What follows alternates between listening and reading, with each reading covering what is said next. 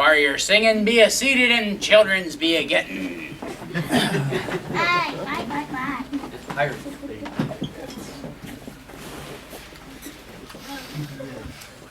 Welcome to Sunday School. This is our 4th week in our 5-week series on biblical stewardship. So we talked about in previous weeks, and here's just a reminder of what biblical stewardship is: a person who recognizes that everything we have is God's, and we are mere managers of it. Managers who are expected to manage it according to biblical principles. So that's our goal here. And then we talked about Proverbs 24, 3-4 in relationship to building our budget here. And we related that to building a house. Through wisdom is a house builded, and by understanding it is established, and by knowledge shall the chambers be filled with all precious and pleasant riches. Good houses come from good plans. Good finances also come from good plans. And so that's what we're working on with a budget, and that we're going to have good plans. So let's look to start out with some different ways we can view our money. Here I have some coins, and we'll say this represents your money, all of your money, wherever it is, whatever it is, this is your money here. So there's 2 ways we can look at it, and we'll talk about these as glasses that we can put on. And you see my glasses here, they have kind of a blue part and a red part. So if you put on glasses that are like that had different colors to them, when you looked at something, part of it would have a red shade to it, part of it would have a green shade to it. So that's what we're going to think about as far as the ways we're going to view our money. We're going to put on different glasses and view our money in different ways. The first way is the accounts way. And we talked about that in a previous lesson. That would be like your bank account, savings account, things like that. That would be the accounts that you have. The other way, the other glasses, you can see this pair of glasses has a lot more different colors in it. This is the categories way to look at your finances. And we talked about creating categories in the last lesson. So when you put your categories glasses on, you'll look at the same money, but you'll see categories instead of accounts. So let's put on the accounts glasses and see what it looks like. Here we're splitting up our money, your money, into the different accounts. We have a savings account, bank account, and a remaining credit line. And that is a problem, because that's a way a lot of people view their finances, is they view their remaining credit line on their credit cards as part of what they can spend. That's one of their options for spending. They were like, I can get this much from my bank account, this much from savings, and then I can pull this much off of my credit card, and I can buy that with this. That's not the way we should view our money. So in this next picture, I whited out the areas that we should view as off limits. Of course, the remaining credit line is off limits, but then also there's some other areas that are off limits. I took that savings account and I split it in half. Some of it is savings that we could do our regular spending from, but some of it is long-term savings that we shouldn't touch, that we shouldn't look at as part of what we can spend now or even in the near term. And then part of that money I split out is in the bank. It's in our bank account, but it's needed for our credit cards. If you have a credit card but you're out of debt and you put charges against that credit card, you have to set aside that money in your bank account that's going to be used to pay off that credit card. And so then we shouldn't view that as available to us in our finances. So if we rework our original view of the money and look at it with the same glasses, but without those extra things, we have here a smaller view of our money. Our money is smaller than it was before, but it is a little more accurate. We have here our savings account and our bank account. These are the main places, and you may have more accounts than this that you can draw on for your regular expenses, but this is what most people are going to have, or at least the bank account. It may just be one thing there. Okay, so And again, we just took off those glasses, we took off the accounts glasses, and there's our money, it's the same money. Now we're going to put on our categories glasses, and we're going to look at the same money, but through the lenses of our categories. So here's some categories. These probably aren't yours, they're not mine, but here's some categories just to show an example of how we're splitting up that money that's in those accounts that we can spend from into the different categories that we can spend it for. Okay, so now that we understand that concept, let's look at some budgeting tools. This is where the actual rubber meets the road in terms of budgeting, and this is where it's actually going to happen. So this is the very down-to-earth part of budgeting, and not the theory and the all-nicety stuff. So we're going to talk about envelopes, pencil and paper, Excel, financial software, and budgeting software. So let's start out with envelopes. An envelope system is a cash system. When you have this system, it's like you go to the bank with your paycheck and you give them your paycheck and say, give me all of this in cash. And they give it all back to you in cash. Then you take and you have an envelope for every category. So you get how many envelopes you need for every category that you have in your budget. You write the name of the category on the envelope, and then you put the cash from your paycheck that you just got into each of those envelopes, the amount that you want to put into each category. So we talked about dividing your income. Then you take those envelopes and you do your spending from those envelopes. So if you have a food envelope, when you go to buy food, you go in, you pick up your food envelope, you take it to the store, and you pay for the things that you're buying with that food envelope. Same thing for other things like gas. If you need to go get gas, you pick up your gas envelope. You take it to the gas station, you pay for your gas with the gas envelope, out of the gas envelope. Stop when the envelope is empty. This is how you know that you don't have money in that category anymore, that you haven't budgeted anymore. You say, I need to go to the store, I need to buy this and this and this and this. Oh look, I don't have enough to buy that in my food envelope. So then you have to do something. You have to make a choice of what you're going to do. Then your expectations of what your plan was aren't matching up with what reality is saying. And then you have to say, okay, is this really something I need? Do I need this now? Do I have to get this now?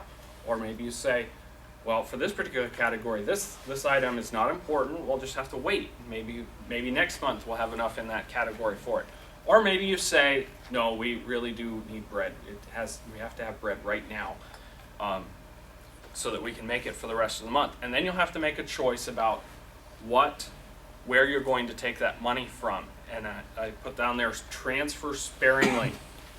So you would look at another envelope and you say, okay, well, this envelope over here, this savings for vacation, we're going to have to take some out of that and put it over in this food envelope in order to pay for that. This method also works for checks somewhat. If you're using a cash system, you probably don't want to go to the bank and withdraw all of your funds and take all of your funds in cash, and you probably don't want to take all that cash and go and pay your rent or your mortgage with that cash. That's just not a safe thing to do. So something you could do is you could use checks.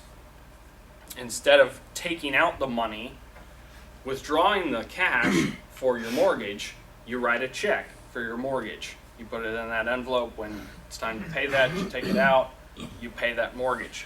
You can do this for other things too. For example, if your car insurance is paid every 6 months, you'll be putting money toward car insurance every month so that that bill doesn't hit you and surprise you and take a big dent out of your finances. So every month, you'll write a check for 1/6 of the amount of your car insurance. And then when the month comes for that car insurance to be paid, you'll look in that envelope, you'll see the 6 checks that you have, you'll pull them out and you'll pay for your car insurance with those 6 checks. You think they're going to put up with that? This the car insurance place getting 6 checks instead yes, of they'll one put up with that. But wouldn't the checks be extinct by then? I thought some checks have like a 3-month, they're only good for 3 months. You don't write them or yet. 6 months. No. Don't date them. Post data. No, they'll take your money. They want to get your money. If it'll work, they'll take it. Allstate has, you just pay $1 extra and they break it down for you per month. I don't like paying Yeah. insurance all at once because I don't get all the insurance at once. I want to pay for it as I go. Yeah, part of this is Yeah, also extra dollar. explaining how things work and trying. It helps you understand conceptually how a budget should work, so that when we transfer to other means of operating a budget, that you have that conceptual model that you can apply to the other methods. So that's part of why I'm talking about this. I'm not necessarily saying this is how you should operate, but if this helps you, and if this is the way that works for you, then use it, because it will work.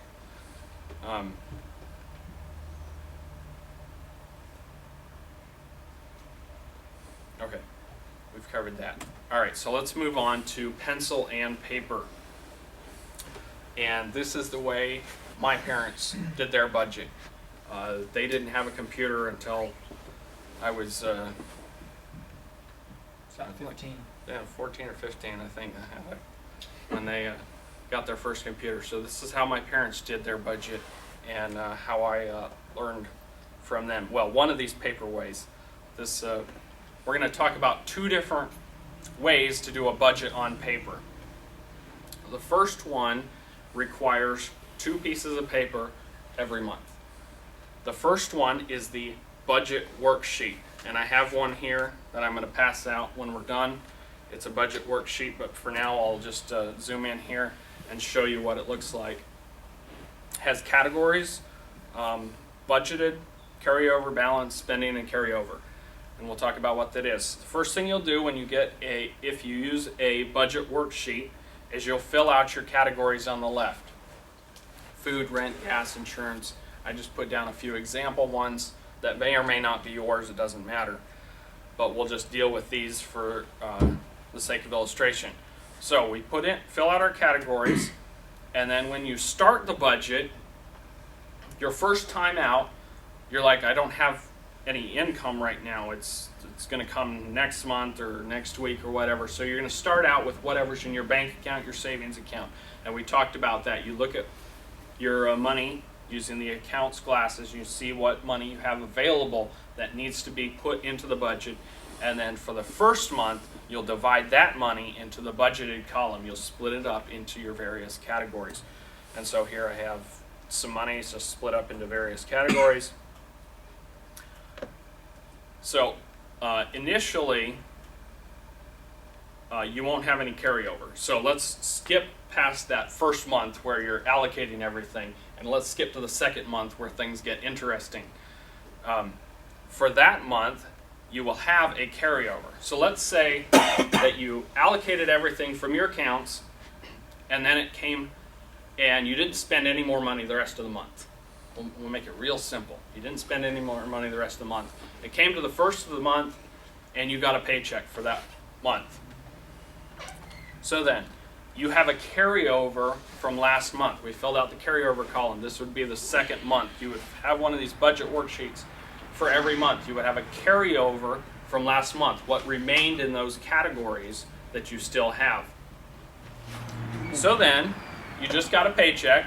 So you're going to take that paycheck and you're going to split it up over your various categories. And here I split up some various amounts into those categories.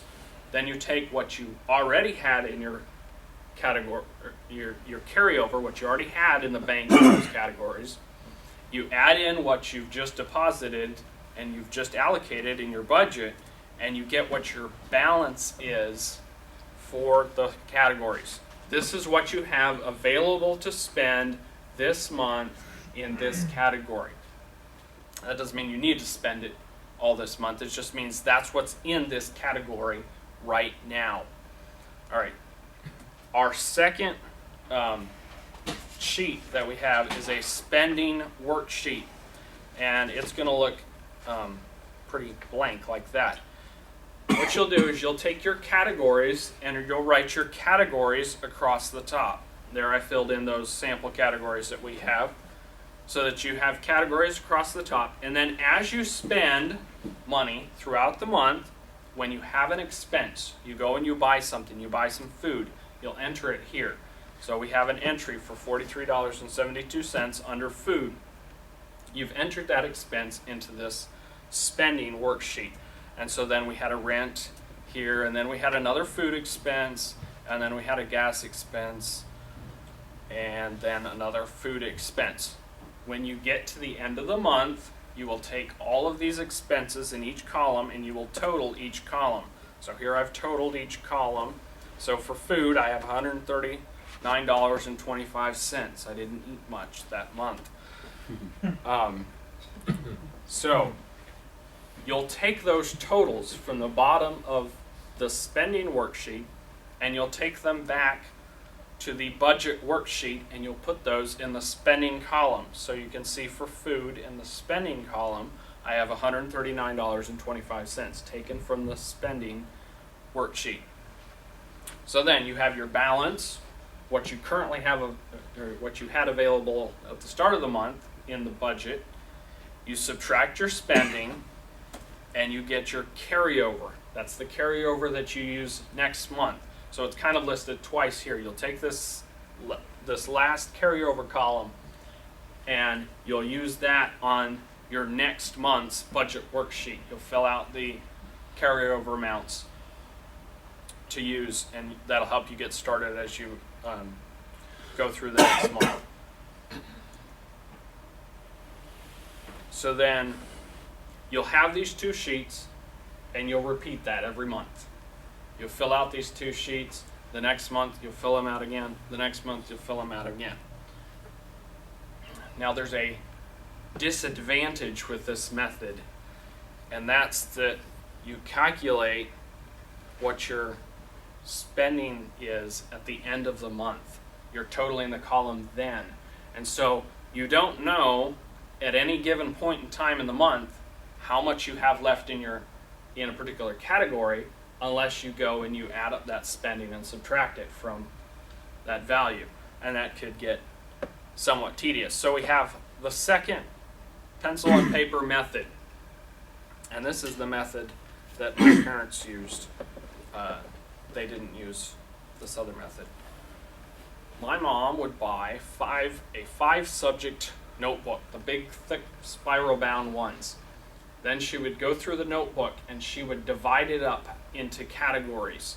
So she would have a section that was for this category, a section for food, a section for gas, a section for whatnot. In some sections she would leave more paper because she knew there was more spending in those sections and some less. But she would spread the categories throughout. So then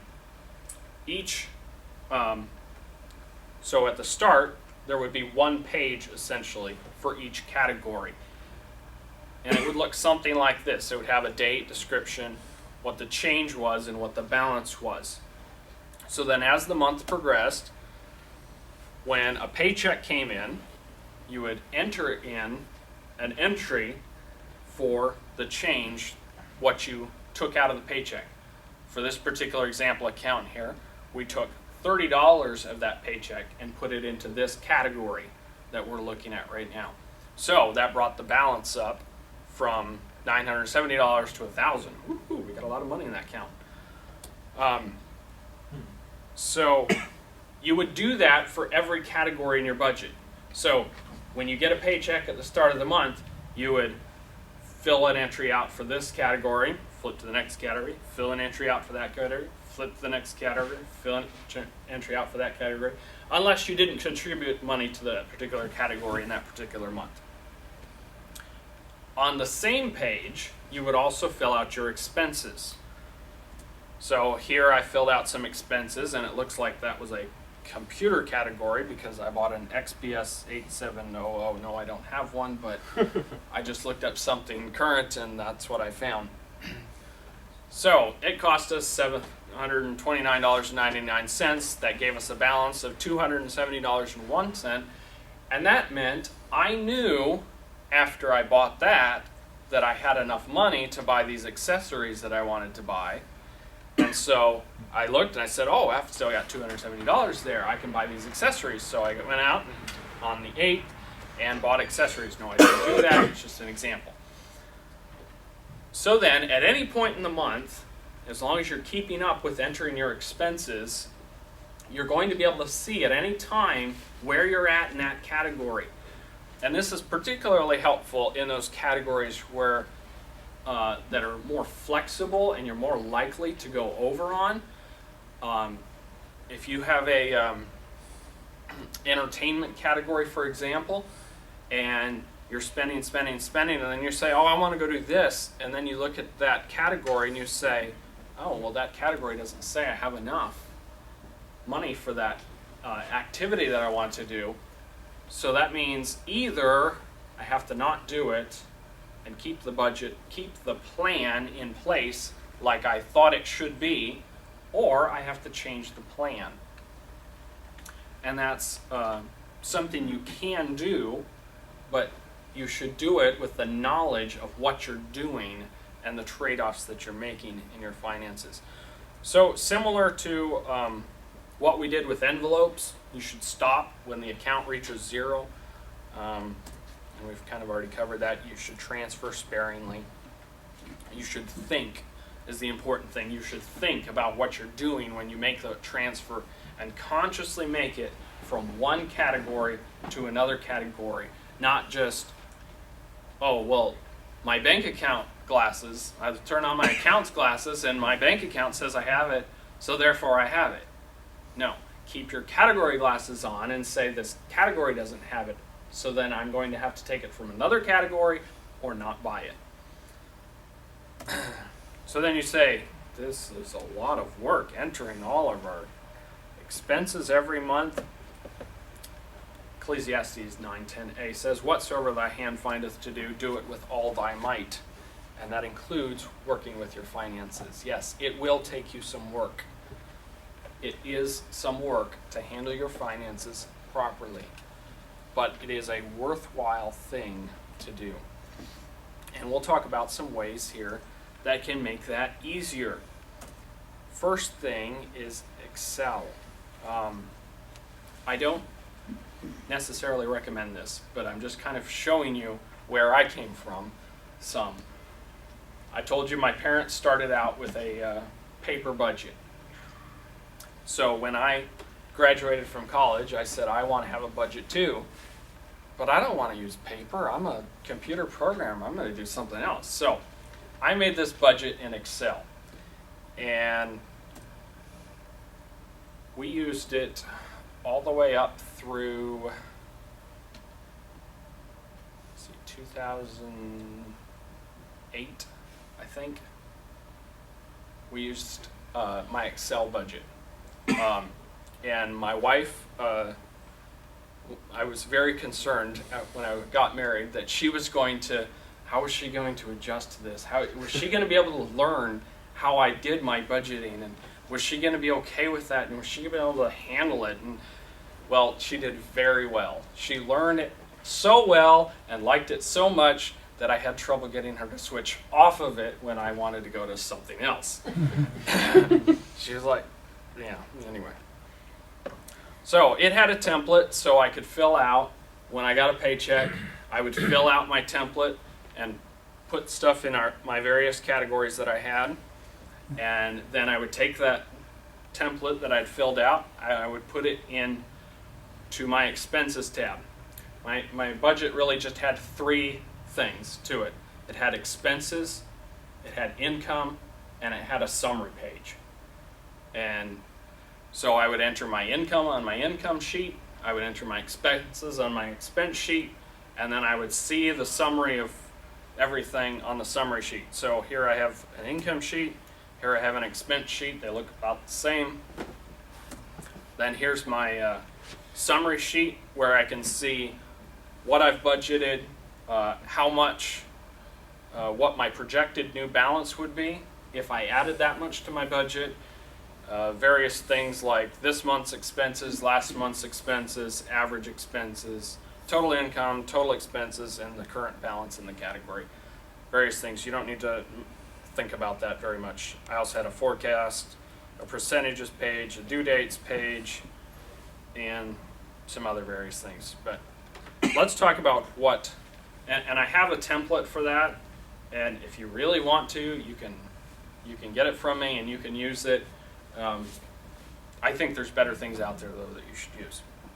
So let's talk about what is out there. Financial software.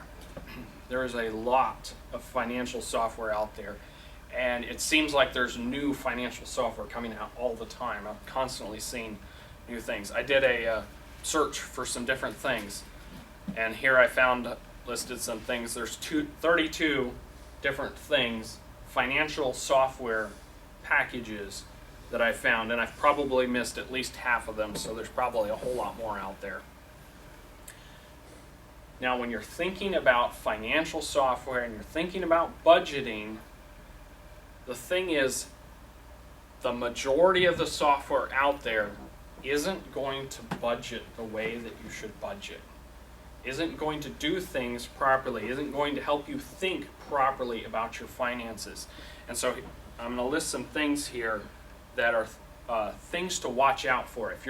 If you're saying, well, I have this particular software, I'm looking at this particular financial software, here's some things to check and to look at to see if it's going to be a good package or not.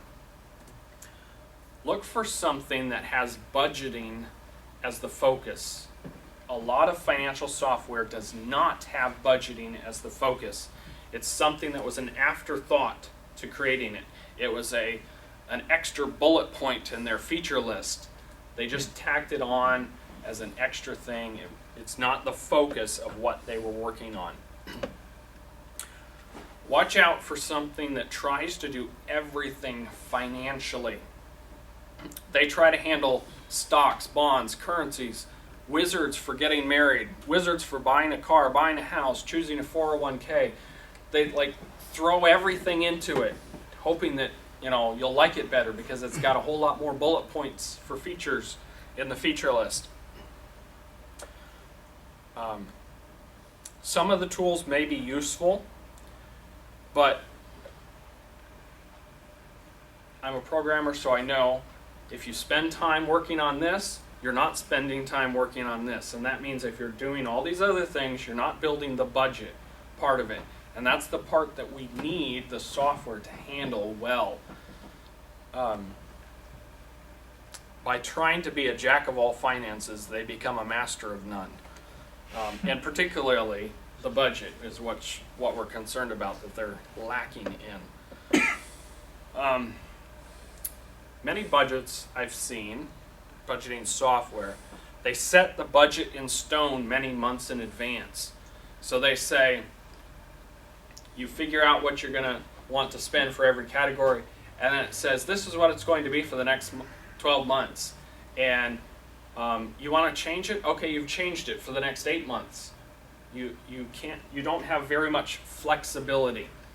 And they say the flexibility is the problem, but I think flexibility is a fine thing to have in your budget. I think the problem comes when you're not thinking about your finances, when you're ignoring it, and when you have a budget that's set in stone that isn't working with you, working for you, you're more likely to abandon it. And so that's a problem in a lot of the software that I see. Some of them have advertising for financial services. These are often in software that comes from your bank or is free, and so has that attraction. They put advertising in it to pay for it. The advertisements are either for things that you'll want to buy that you don't have money for, or things like credit cards They give you a means to buy those things that you want to buy but don't have the money for. So there's just two different ways that they're helping you buy things that you don't have the money for. And so that's not a very good thing, particularly if you're in debt, to have those things put in front of you and to entice you to buy more things. Finally, they use budgets as reporting tools, not planning tools. They show you at the end of the month, here's what you were doing, here's what you did. Isn't that nice? And they don't give you a means and a way to help you change that.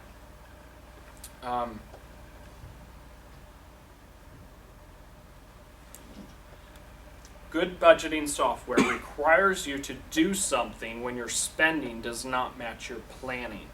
Facing these unexpected results is part of handling your finances well. It may mean the plan needs to change temporarily or permanently. It could also mean you need to spend less or earn more. Regardless, ignoring it won't help you succeed financially. So then, let's talk about my recommendation. I guess I had this as budgeting software earlier. I have to fix that. Of those software packages that I showed you, I've looked somewhat in depth at probably about half of them. I haven't looked at them all very closely, so I don't know them all very well, but about half of them I have. And of those, there was only 2 that didn't have any of the problems that I've mentioned, at least from my examination of them. One is called Envelopes, and the other is called YNAB. Envelopes is named after the envelope budgeting system. It does on computer what you're doing with an envelope system, which most good budgets do, something similar to that. YNAB is the other one, and it stands for You Need a Budget. And this this rest of this class may sound like an advertisement because I am completely sold on YNAB. YNAB is the budget I use, and the YNAB's the budget, well, I don't necessarily think everyone should use, but if you have a computer and you're going to use a computer for your finances, this is one that you should definitely look at. I'm not affiliated with the company at all. I was sold on budgeting long before I found them. They just took what I was doing and they made it a whole lot easier for me. And I told you what I was doing was using Excel for my budget. What I didn't tell you was that I was using Quicken for my finances. So I had my accounts over in Quicken and I had my budget over in Excel. So I kind of had 2 different applications to look at my money, just like the 2 different glasses. So then when I had an expense, I entered it in my financial software and I entered it in my budgeting software, and I did that double entry. And my wife actually learned how to do that and did that too. She did the double entry all the time. So needless to say, that created a lot of overhead. We had a lot more time to enter in all of our transactions because we were entering them twice. So YNAB was the solution I found. I could enter it in one place, and YNAB understood the concept of your accounts and the concept of your categories, and that it's the same money, you're just looking at it 2 different ways. So you only have to do one transaction, and both your accounts balance knows about it for purposes like balancing your checkbook, and your categories know about it for the purposes of managing your budget. Okay, YNAB was built as budgeting software. That's what it was created to do. So they focused on budgeting. YNAB is simple. The interface isn't cluttered with every imaginable financial gadget. This also actually makes it easy to use because you're not wondering, well, what's this other button over here for, and what does this do, and there's very few things that you have to look at to figure out. They also offer free classes, both on how to use the software and things like getting out of debt. They actually have free online classes that you can attend, ask questions at things. I haven't done any of them, but they're constantly sending me emails about this new class that they have. Not constantly, I should say, but they periodically do that. And as I said, they handle the 2 glasses view. They work on Windows, Mac, iOS, Android, multiple computers.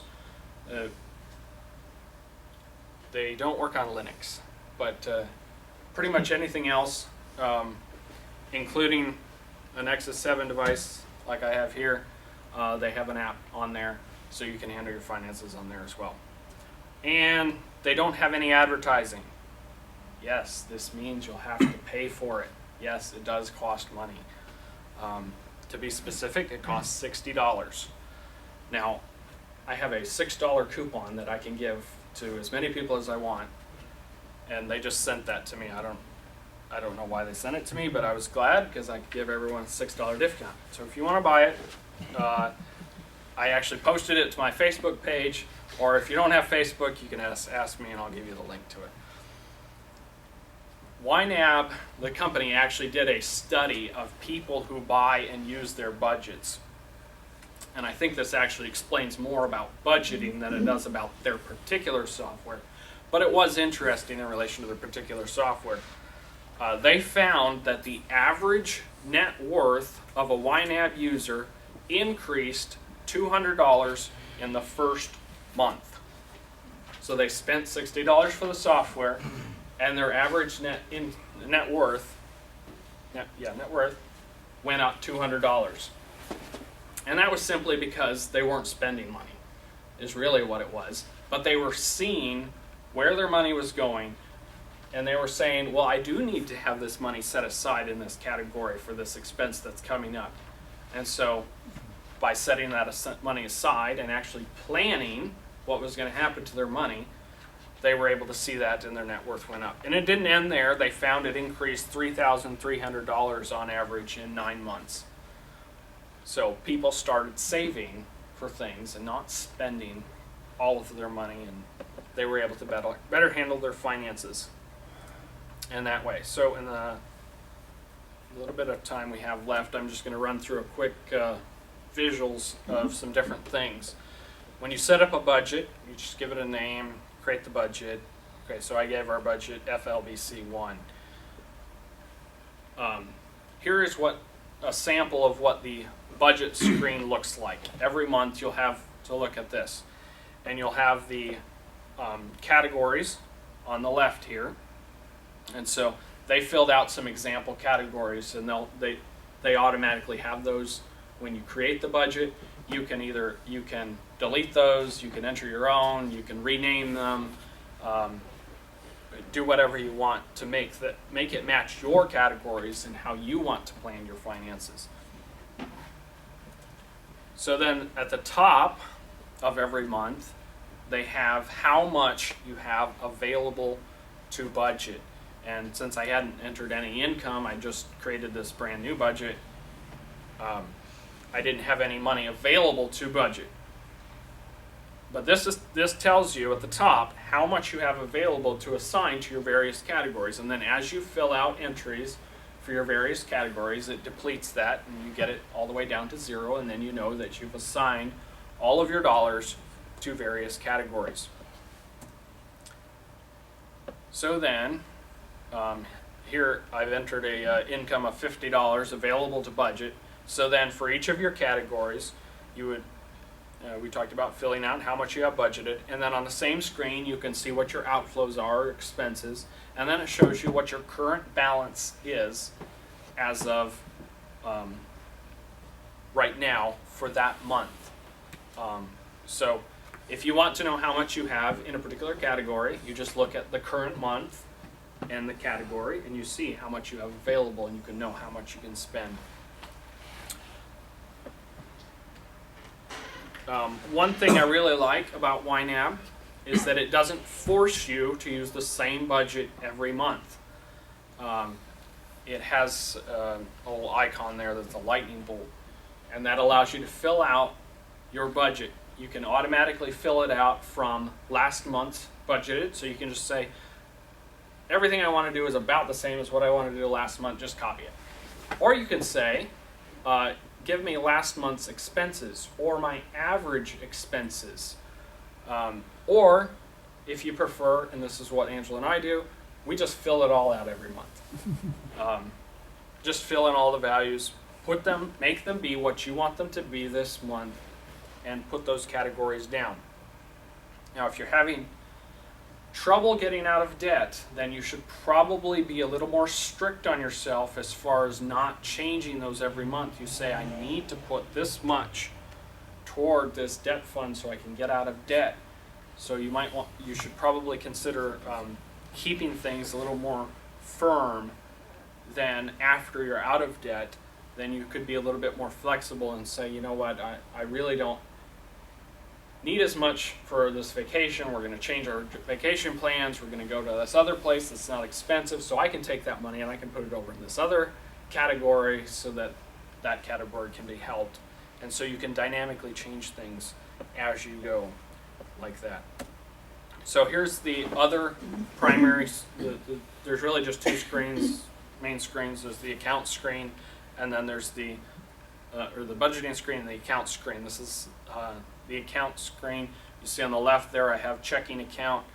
You can enter multiple accounts. You should have your credit card account in there if you have one. Savings account if you spend things or buy things out of that account. Then you should probably have your savings account in there. Unless it's a very long-term savings, like over 5 years, I would say. So then, when you have an expense, you will enter it here on this screen. You can see there's a date.